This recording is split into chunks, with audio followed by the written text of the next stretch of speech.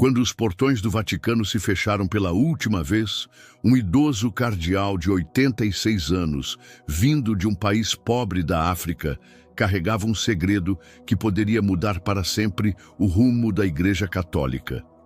Enquanto os 115 cardeais se reuniam para eleger o novo Papa, sistemas de segurança dignos da CIA bloqueavam todos os sinais eletrônicos. Mas o que ninguém sabia é que uma antiga profecia medieval, guardada por séculos nos arquivos secretos do Vaticano, estava prestes a se cumprir de forma chocante. O que aconteceu nas próximas 72 horas deixou o mundo inteiro em estado de absoluto espanto. Descubra os 9 segredos mais bem guardados do conclave papal que a Igreja nunca quis que você soubesse. Deixe seu like agora mesmo e inscreva-se no canal para ter acesso a mais revelações surpreendentes sobre os maiores mistérios religiosos da história. O conclave papal representa um dos procedimentos mais fascinantes e secretos da história moderna. Enquanto bilhões de olhos ao redor do mundo aguardam a famosa fumaça branca surgir da chaminé da Capela Sistina, poucos verdadeiramente compreendem os intrincados detalhes deste ritual milenar. O próximo conclave, quando eventualmente acontecer, seguirá tradições que remontam a séculos de história, misturando rituais antigos com adaptações modernas que poucos conhecem em profundidade. Nesta jornada reveladora, vamos explorar os aspectos mais fascinantes, surpreendentes e pouco conhecidos do conclave papal. Estas não são meras curiosidades, mas informações essenciais para compreender o evento que determina a liderança espiritual de mais de 1,3 bilhão de católicos em todo o planeta. Prepare-se para mergulhar nos segredos que normalmente permanecem atrás das portas fechadas do Vaticano. A origem e o poder do conclave, a palavra conclave, carrega em si mesma o primeiro grande segredo deste evento extraordinário. Derivada do latim conclave, literalmente conchave, revela a essência deste processo. Os cardeais são efetivamente trancados à chave até elegerem um novo Papa. Esta prática revolucionária não nasceu de um planejamento cuidadoso, mas de uma crise que ameaçava a própria continuidade da Igreja. Em 1268, após a morte do Papa Clemente IV, os cardeais entraram em um impasse devastador que se arrastou por quase 3 anos, o mais longo período de sede vacante, trono vazio da história da Igreja.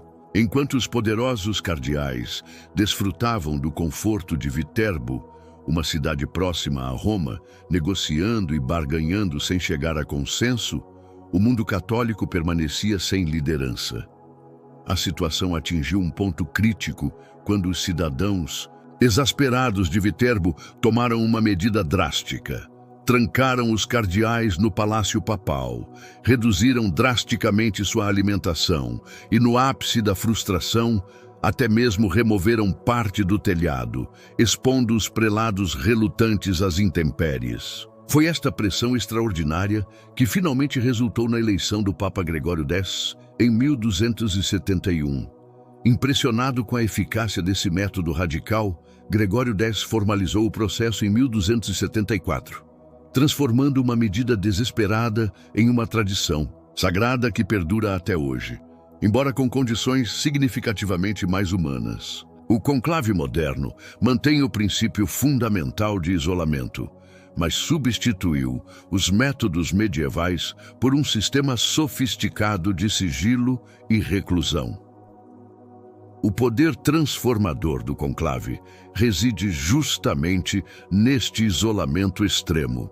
Dentro da Capela Sistina, longe das influências externas, pressões políticas e tentações mundanas, os cardeais vivem uma experiência de intensa concentração espiritual. Smartphone, internet, televisão e rádio são completamente proibidos. Dispositivos eletrônicos são rigorosamente verificados e bloqueados.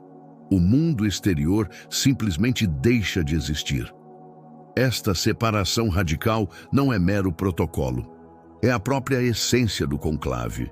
Cria-se um vácuo espiritual, onde, segundo a crença católica, o Espírito Santo pode atuar livremente, guiando os cardeais na escolha do novo líder da Igreja. É neste ambiente de completa imersão que acontece um dos processos de sucessão de liderança mais antigos e ininterruptos do mundo.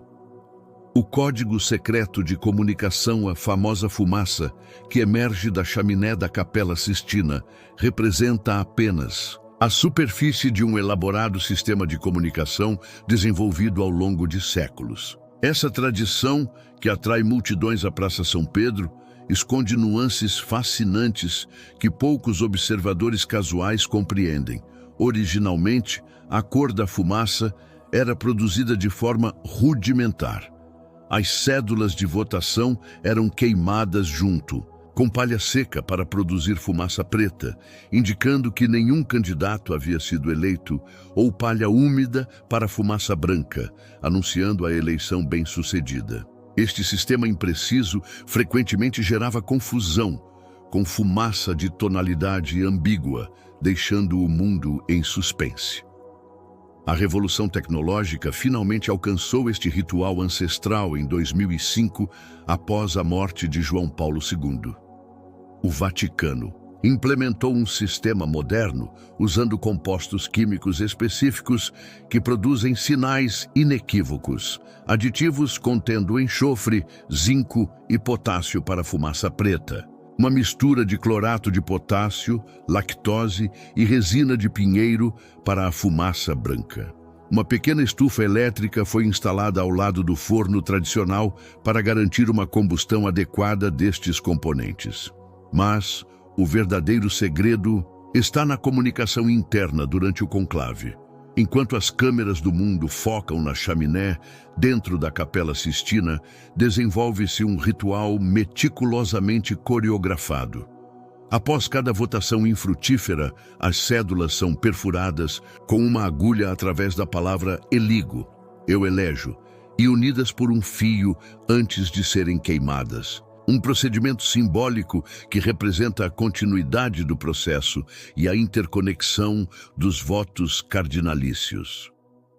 Durante o conclave, desenvolve-se também uma linguagem não verbal entre os cardeais. Gestos sutis, olhares significativos e posicionamentos estratégicos na capela formam um código silencioso que os observadores experientes podem interpretar. A própria distribuição dos assentos revela alianças e divisões dentro do colégio cardinalício, com proximidades físicas, frequentemente refletindo proximidades ideológicas. Mais surpreendente ainda é o sistema de comunicação emergencial criado para situações extremas. Embora o isolamento seja rigoroso, protocolos secretos existem para casos de crise internacional ou emergências dentro do Vaticano que exijam interrupção temporária do conclave. Nesses casos raríssimos, apenas 3 pessoas têm autorização para contato com os cardeais: o cardeal Camerlengo, administrador temporário da igreja durante a sede vacante, o vigário de Roma e o arcipreste da Basílica de São Pedro. O ritual dos juramentos secretozantes, mesmo que o primeiro voto seja lançado, cada cardeal participa de uma cerimônia solene que poucos fora do Vaticano conhecem em detalhes: o juramento do conclave. Este não é um simples protocolo, mas um compromisso espiritual profundo que estabelece as regras sagradas que governarão todo o processo. De pé na Capela Sistina, sob o olhar intimidador do Cristo Juiz pintado por Michelangelo, cada cardeal coloca a mão sobre os evangelhos e profere em latim um juramento meticulosamente formulado. As palavras ecoam nas paredes antigas enquanto prometem manter segredo inviolável sobre tudo o que ocorrer durante as deliberações, os votos e qualquer assunto relacionado à eleição do pontífice. A penalidade para quem quebra este voto é extraordinariamente severa: excomunhão latae sententiae, reservada para absolvição exclusiva do futuro Papa. Esta punição automática significa a separação imediata da comunhão da Igreja sem necessidade de declaração formal. Um dos mais graves castigos no direito canônico. O juramento contém também uma promessa surpreendente e pouco conhecida. Os cardeais juram explicitamente não aceitar interferências de qualquer poder secular ou político em sua decisão. Esta cláusula, conhecida como exclusiva, foi adicionada depois de séculos de interferências de monarcas europeus que tentavam vetar candidatos desfavoráveis aos interesses de suas nações. Mais fascinante ainda é o segundo juramento, realizado apenas pelos funcionários e técnicos autorizados a entrar na área restrita para serviços essenciais. Médicos, enfermeiros, confessores, técnicos e funcionários de limpeza, cerca de 90 pessoas no total, também juram segredo absoluto, sob pena similar de excomunhão. Estes assistentes passam por verificação rigorosa de antecedentes e são selecionados por sua discrição comprovada e lealdade à Igreja. O aspecto mais transformador deste ritual é como ele altera psicologicamente os participantes. Os cardeais, ao proferirem estas palavras solenes, atravessam um limiar simbólico. Deixam para trás suas personalidades públicas, afiliações nacionais e preferências pessoais para assumir o papel de eleitor papal, uma função que transcende individualidades e representa a continuidade bimilenar da Igreja. Este despojamento psicológico é cuidadosamente projetado para minimizar fatores humanos na escolha e maximizar a inspiração divina, que, segundo a tradição católica, deve guiar o processo. O poder oculto dos numerosos números governam o conclave com uma precisão matemática raramente compreendida pelo público. Cada aspecto do processo, desde o início até o anúncio final, é controlado por fórmulas numéricas específicas que carregam significados teológicos profundos. O número mais crucial é o da maioria qualificada necessária para eleger um novo Papa, 2/3 dos votos mais um. Esta fórmula, estabelecida pelo Papa Gregório X no século XIII e reafirmada pelo Papa João Paulo II em 1996, cria um equilíbrio delicado que força o colégio cardinalício a buscar amplo consenso em vez de permitir que facções minoritárias imponham sua vontade. Durante o pontificado de João Paulo II, uma modificação temporária causou controvérsia. Após 33 ou 34 rodadas de votação sem resultado, a regra poderia ser alterada para maioria simples, 50% mais um. Esta mudança foi revogada pelo Papa Bento XVI em 2007, restaurando a necessidade permanente de 2/3 dos votos, independentemente do número de rodadas. Uma decisão que fortaleceu a natureza consensual do processo. O ritmo do conclave também segue uma cadência numérica precisa. Nos primeiros dias, ocorrem 4 votações diárias, 2 pela manhã e 2 à tarde. Se nenhum resultado for alcançado após 3 dias, 12 votações, ocorre uma pausa de um dia para oração e reflexão. Em seguida, 7 novas rodadas de votação, outra pausa e assim por diante, criando ciclos de tensão e relaxamento cuidadosamente calculados para influenciar a psicologia coletiva dos eleitores. Fascinante também é o número máximo de participantes. 20 cardeais eleitores, aqueles com menos de 80 anos. Este limite, estabelecido por Paulo VI e mantido por seus sucessores, garante que o corpo eleitoral permaneça gerenciável. Na prática, raramente todos os 120 comparecem devido a enfermidades ou outras circunstâncias excepcionais.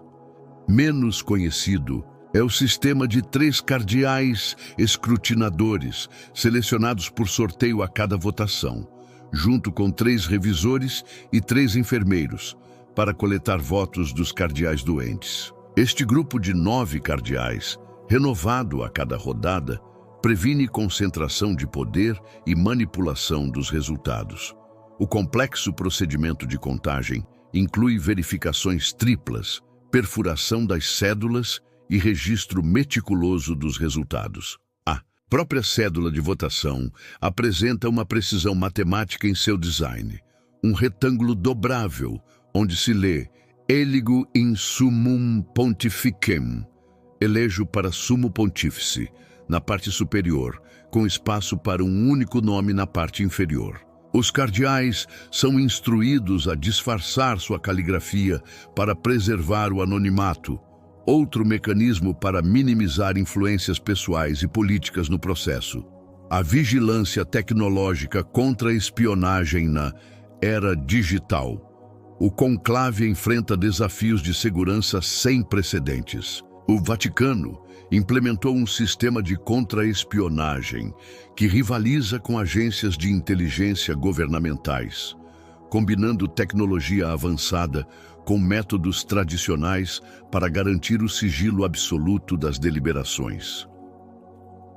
Antes do início do conclave, especialistas em segurança cibernética e técnicos de contra-espionagem vasculham meticulosamente a Capela Sistina e todos os ambientes utilizados pelos cardeais.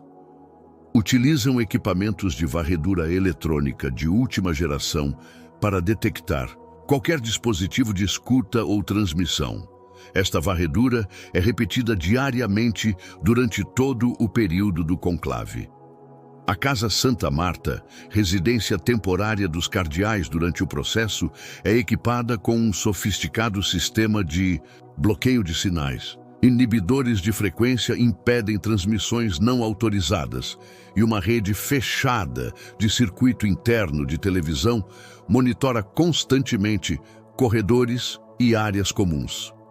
Janelas especiais com filtros visuais impedem o uso de tecnologias de leitura labial ou fotografia de longa distância. Um detalhe surpreendente é o dossel de segurança eletrônica, um sistema de campo eletromagnético instalado acima da Capela Sistina, que cria uma verdadeira gaiola de Faraday, bloqueando qualquer sinal eletrônico de entrar ou sair do recinto. Este escudo invisível complementa as medidas físicas de segurança.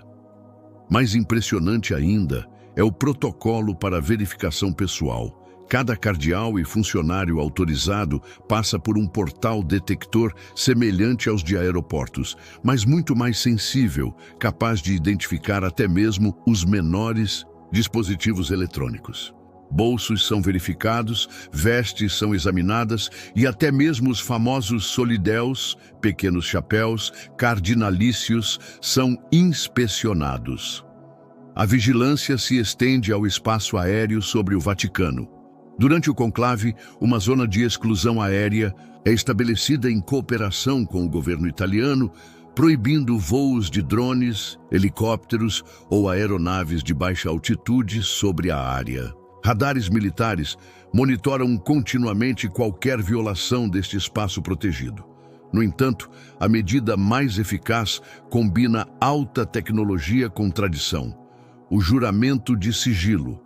A ameaça de excomunhão imediata para qualquer violação provou-se historicamente mais poderosa que qualquer barreira física ou eletrônica. É notável que, apesar do intenso interesse midiático e dos avanços tecnológicos em vigilância, nenhuma gravação ou transmissão não autorizada jamais vazou de um conclave moderno. Um testemunho da eficácia deste sistema híbrido de segurança, os rituais de transformação do eleitor. Momento da eleição marca apenas o início de uma extraordinária metamorfose que transforma um cardeal em sumo pontífice através de rituais ancestrais raramente descritos em detalhes. Esta transformação cerimonial é um dos aspectos mais fascinantes e menos compreendidos do conclave. Imediatamente após atingir os 2/3 necessários, o silêncio absoluto toma conta da Capela Sistina. O cardeal decano, o mais antigo, em ordem de criação, aproxima-se do eleito e pronuncia a pergunta ritual em latim: Acceptas-ne electionem de te canonice factam in summum pontificem. Aceitas a tua eleição canônica para sumo pontífice? Este é um momento de dramática tensão. Teoricamente, o eleito pode recusar. Embora isso não aconteça desde 1244, quando o cardeal Colonna rejeitou sua eleição. Após a aceitação, ocorre a primeira transformação. O eleito declara o nome pelo qual deseja ser conhecido como Papa. Esta tradição, iniciada no século VI, quando um homem chamado Mercúrio considerou inapropriado que um Papa levasse o nome de uma divindade pagã, tornou-se um momento de profundo significado teológico e programático. A escolha do nome papal frequentemente sinaliza as prioridades e a visão do novo pontífice. O ritual prossegue com a destruição do pescador. O anel de ouro do Papa anterior é riscado com uma cruz para invalidá-lo. Simultaneamente, na sala conhecida como Sala das Lágrimas, assim chamada porque muitos eleitos choram ao compreender o peso da responsabilidade, ocorre a transformação física. O novo Papa é vestido nas vestes papais brancas. 3 tamanhos de vestes são preparados antecipadamente: pequeno, médio e grande, com ajustes rápidos feitos por alfaiates que aguardam. O aspecto mais poderoso desta transformação é psicológico. Em questão de minutos, um homem que antes era um igual entre os cardeais torna-se a autoridade suprema da Igreja. Os mesmos cardeais que momentos antes o tratavam como colega, agora se ajoelham em um ato de obediência conhecido como adoração. Uma palavra que deriva do latim ad ora, levar à boca, referindo-se ao antigo costume de beijar os pés do novo Papa. Curiosamente, durante esta transformação, o Papa recebe também seu primeiro memento mori, lembrete da morte. O mestre de cerimônias queima um pequeno chumaço de estopa diante dele, enquanto entoa Sic transit gloria mundi. Assim passa a glória do mundo, um lembrete solene da natureza transitória do poder terreno, mesmo o papal. A transformação culmina com a aparição na varanda central da Basílica de São Pedro, precedida pelo anúncio Habemus Papam, temos um Papa. Este momento marca a apresentação do transformado, não mais um simples cardeal, mas o 266º sucessor de São Pedro, líder espiritual de mais de 1 bilhão de católicos e chefe de Estado do Vaticano. A geopolítica oculta do colégio cardinalício. Conclave nunca ocorre num vácuo histórico ou político. É um reflexo das dinâmicas globais da Igreja em determinado momento. A composição do colégio cardinalício, o corpo de eleitores que escolhe o Papa, revela fascinantes padrões de influência e poder que poucos observadores compreendem completamente. Durante séculos, o colégio foi dominado por cardeais europeus, particularmente italianos. Esta predominância garantiu que, de 1523 a 1978, apenas italianos fossem eleitos para o trono de São Pedro, uma sequência de 455 anos de papado italiano.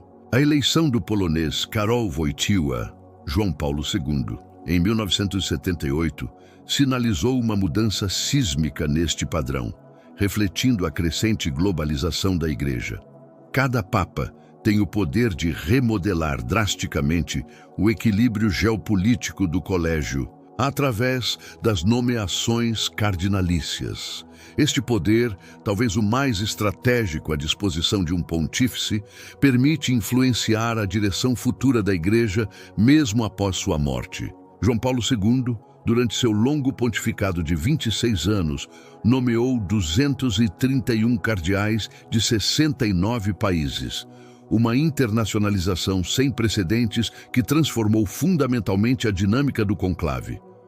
O próximo conclave apresentará uma configuração geopolítica radicalmente diferente dos anteriores. Pela primeira vez na história, cardeais de países em desenvolvimento constituirão a maioria dos eleitores. A América Latina, África e Ásia, juntas agora superam numericamente a Europa, um reflexo da realidade demográfica da Igreja Global, onde 67% dos católicos vivem no Hemisfério Sul. Esta nova realidade geográfica traz implicações profundas para as dinâmicas de poder no conclave. Blocos regionais emergem com interesses distintos. Cardeais latino-americanos frequentemente priorizam questões sociais e econômicas. Africanos tendem a defender posturas mais conservadoras em questões morais. Asiáticos frequentemente enfatizam o diálogo interreligioso e a inculturação da fé em contextos não ocidentais.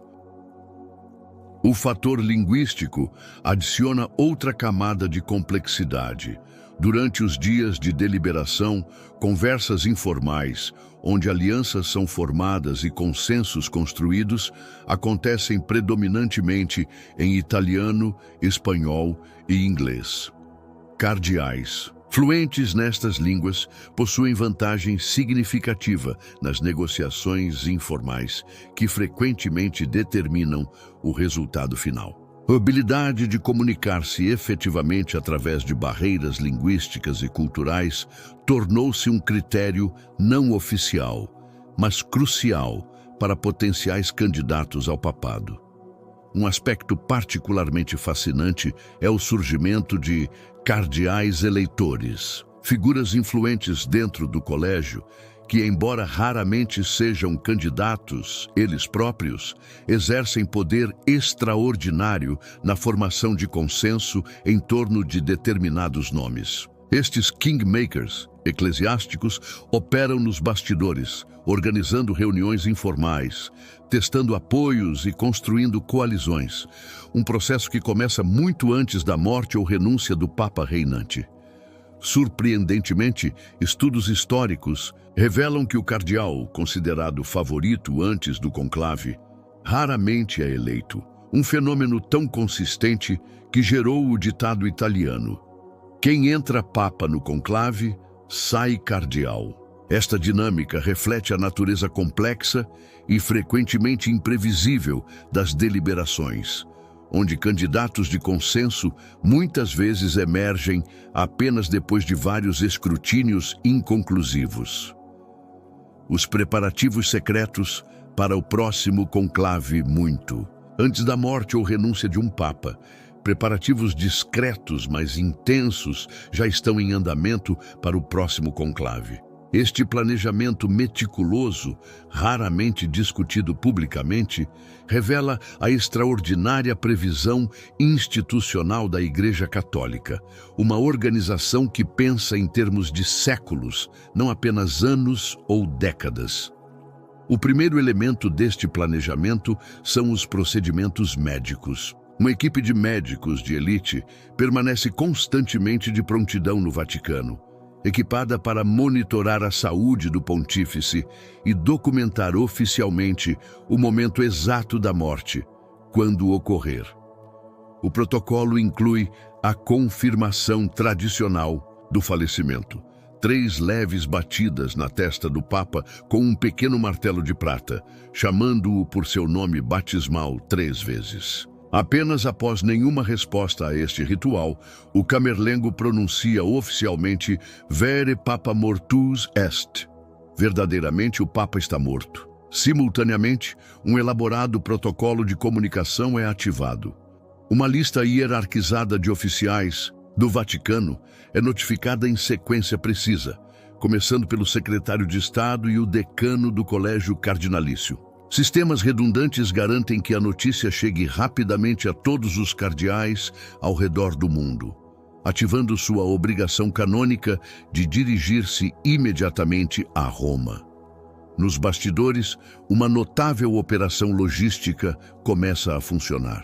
A Casa Santa Marta, residência temporária dos cardeais durante o conclave, passa por preparativos intensivos. Seus 108 quartos são meticulosamente preparados, seguindo um diagrama predeterminado que designa acomodações baseadas na senioridade e necessidades médicas dos cardeais. Cada quarto é escaneado eletronicamente para detectar dispositivos de escuta e medidas extras de segurança são implementadas, incluindo bloqueadores de sinal e proteção contra vigilância. Um aspecto intrigante destes preparativos é o trabalho da Floreria Apostólica, o departamento do Vaticano responsável por transformar a Capela Sistina de um espaço turístico para o ambiente sagrado do conclave. Em menos de 48 horas, este time instala 115 assentos idênticos para os cardeais, eliminando qualquer distinção hierárquica durante as votações. Mesas especiais cobertas com damasco, o famoso fogão onde as cédulas são queimadas e plataformas elevadas que cobrem o piso original para prevenir dispositivos de escuta sob o pavimento.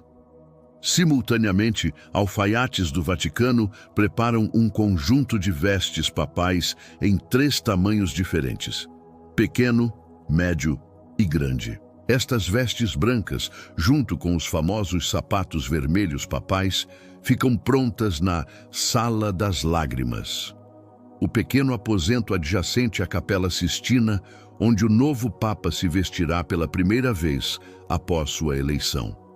Menos conhecida é a preparação espiritual e intelectual que ocorre.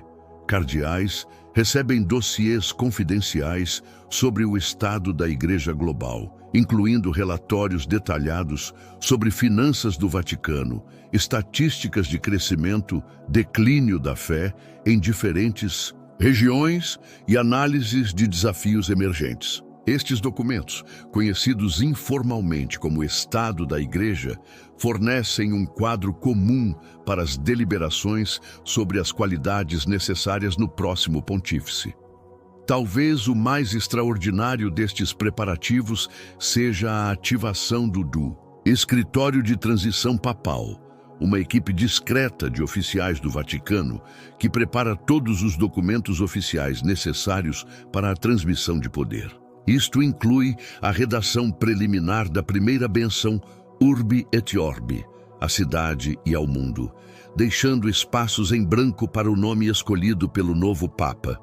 Este escritório também atualiza constantemente os planos para o funeral papal e a subsequente inauguração do novo pontificado, garantindo que tradições centenárias possam ser executadas sem contratempos, mesmo em meio à intensa emoção e atenção global que acompanham estes momentos históricos, os mistérios das profecias e tradições do próximo papal próximo. Conclave não ocorrerá apenas no contexto de realidades eclesiásticas e geopolíticas, mas também no ambiente de antigas profecias e tradições que exercem influência surpreendente sobre a percepção do evento, tanto dentro quanto fora da Igreja. Estas dimensões místicas, frequentemente ignoradas por análises seculares, revelam camadas fascinantes de significado que permeiam o processo de sucessão papal. A mais famosa destas profecias é a controversa lista atribuída a São Malaquias, um bispo irlandês do século XII, supostamente contendo breves descrições simbólicas de 112 papas a partir de sua época. Esta profecia ganhou notoriedade porque, segundo alguns intérpretes, indicaria que o sucessor do Papa Francisco seria o último pontífice antes do fim dos tempos. A frase enigmática Petrus Romanus, Pedro o Romano, designaria este último Papa que apacentará suas ovelhas em meio a muitas tribulações, depois das quais a cidade das 7 colinas será destruída e o juiz temível julgará seu povo. Embora oficialmente desconsiderada pela hierarquia da Igreja como uma falsificação do século XVI, Esta profecia continua exercendo fascínio no imaginário de muitos fiéis e influencia subtilmente as discussões sobre potenciais candidatos. Cardeais com conexões a Roma ou ao nome Pedro inevitavelmente atraem especulações baseadas nesta tradição esotérica. Igualmente intrigante é o padrão histórico conhecido como a alternância. Observadores da história papal notam que, frequentemente, um pontificado é seguido por outro de características contrastantes. Um papa conservador seguido por um mais progressista, um intelectual seguido por um pastor, um administrador seguido por um comunicador carismático. Esta oscilação reflete o equilíbrio institucional da Igreja e, frequentemente, influencia os cardeais na avaliação de quais qualidades seriam complementares, não redundantes, ao pontificado anterior. Um aspecto particularmente misterioso são os sonhos papais. Relatos de cardeais que, em conclaves anteriores, relataram ter sonhado com o eventual eleito nas noites anteriores à votação decisiva. O cardeal Ratzinger, posteriormente Bento XVI, mencionou ter tido um pressentimento muito forte sobre sua própria eleição, enquanto outros cardeais descreveram experiências semelhantes em conclaves anteriores. Estas coincidências alimentam a crença na intervenção sobrenatural durante o processo de escolha. As tradições de interpretação de sinais também exercem influência significativa. Eventos climáticos incomuns durante o conclave, como a famosa tempestade e raio que atingiu a cúpula de São Pedro no dia da renúncia de Bento XVI, datas significativas no calendário litúrgico, ou coincidências numéricas, são frequentemente interpretados como indicações divinas sobre o momento ou a pessoa a ser escolhida. Um elemento pouco discutido publicamente é a tradição dos bilhetes inspirados, mensagens anônimas que cardeais ocasionalmente recebem durante o conclave, supostamente de místicos ou videntes que afirmam ter recebido revelações divinas sobre o processo. Embora oficialmente desencorajados, relatos históricos sugerem que tais comunicações ocasionalmente influenciaram votações em conclaves passados. Talvez o aspecto mais profundo destas tradições seja o conceito teológico da profecia autocumprida. A ideia de que a expectativa coletiva de determinadas características no próximo Papa pode efetivamente manifestar essas mesmas qualidades. Quando cardeais entram no conclave convencidos de que o momento histórico exige determinado tipo de liderança, essa convicção frequentemente molda o resultado final muito mais que quaisquer profecias externas. A influência dessas tradições proféticas é sutil, mas inegável. Nas palavras de um cardeal veterano que participou de 3 conclaves, entramos naquele recinto como estudiosos racionais da teologia e história da Igreja. Mas a atmosfera solene, o peso da decisão e a consciência de 2000 anos de tradição, inevitavelmente, nos fazem mais receptivos a dimensões que transcendem a pura análise estratégica. O conclave como encruzilhada da história. O próximo conclave, quando eventualmente ocorrer, representará muito mais que um simples processo de sucessão institucional. Como vimos ao longo desta exploração, este ritual milenar funciona simultaneamente em múltiplas dimensões. É um processo jurídico meticulosamente regulamentado, uma arena geopolítica onde forças globais se encontram, um evento midiático de alcance planetário, uma experiência espiritual profunda para seus participantes e um momento de transição histórica para uma instituição que pensa em termos de séculos. As 9 revelações que exploramos oferecem apenas um vislumbre da extraordinária complexidade deste evento, desde suas origens medievais até suas adaptações tecnológicas modernas, desde seus elaborados rituais até seus significados teológicos profundos, desde sua dimensão política até suas ressonâncias proféticas. O conclave permanece um dos processos de sucessão de liderança mais fascinantes e multifacetados da história humana.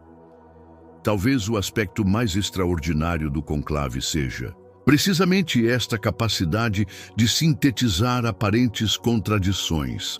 É simultaneamente transparente em sua mecânica e misterioso em sua essência, rigorosamente codificado e surpreendentemente adaptável, profundamente tradicional e constantemente evoluindo, intensamente privado e globalmente público, meticulosamente planejado e frequentemente imprevisível em seus resultados. O próximo conclave, como todos os anteriores, será moldado por personalidades, políticas e pressões contemporâneas únicas.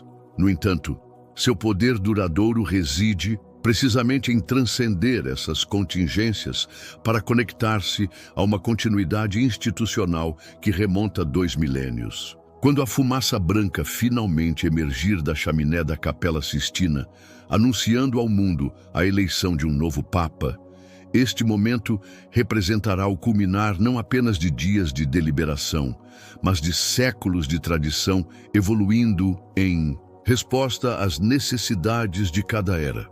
Esta continuidade em meio à mudança, a capacidade de adaptar procedimentos antigos para enfrentar desafios contemporâneos, é talvez a revelação mais significativa sobre o conclave.